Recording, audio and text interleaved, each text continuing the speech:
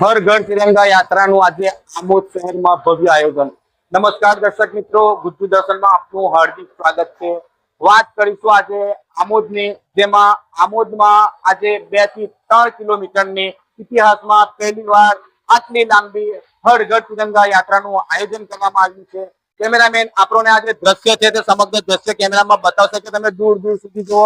આજે આખું શહેર તિરંગામય બન્યું હતું। તમે જુઓ કે દૂર દૂર ઓછામાં ઓછી 3 કિલોમીટરની લાઈન, જેની અંદર તમામ બાળકોના મોઢા પર આજે વંદે માતરમ, ભારત માતા કી જય, જય જવાન જય કિસાન, हिंदुस्तान जिंदाबाद, आधी रोटी खाएंगे बच्चों को पढ़ाएंगे, તમામ સિદ્ધોતાર સાથે આજે આમોદ શહેરને નાના બાળકોએ ગુંજી ઉઠાવ્યું હતું।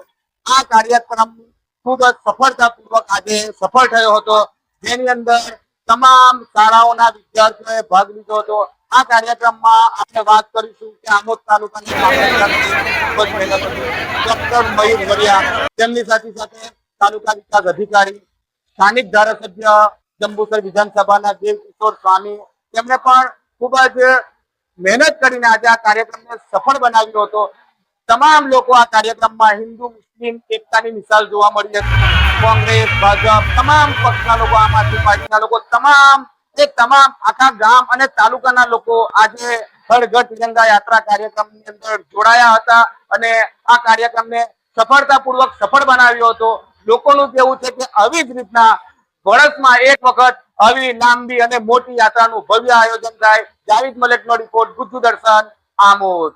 આજ રોજ તારીખ 13 ઓગસ્ટ 2026, 15મી ઓગસ્ટના ભાગરૂપ હર ઘર તિરંગા યાત્રા ચાલી રહી છે, ત્યારે આમોદ તાલુકા અને નગરપાલિકા વિસ્તારમાં માનનીય ધારાસભ્ય શ્રી ડીકે સ્વામીજાની વિશેષ ઉપસ્થિતિમાં આમોદ નગરપાલિકા અને આમોદ તાલુકા વહીવટી તંત્ર દ્વારા આયોજિત હર ઘર તિરંગા રેલી ચામડિયા હાઈસ્કૂલ ગ્રાઉન્ડ ખાતેથી શરૂ થઈ અને અંદાજિત 2 કિલોમીટર જેટલા રાઉન્ડ કરી અને તિરંગા યાત્રા ખૂબ જ સારી રીતે તમામ નાગરિકોએ આમાં ભાગ લીધો। ચામડિયા હાઈસ્કૂલ સહિત ગામ આગેવાનો, પ્રતિષ્ઠિત નાગરિકો, તમામ વહીવટી સ્ટાફ, પોલીસ સ્ટાફ, આ બધાના સહયોગથી ખૂબ જ સરસ રેલીનું આયોજન થયું।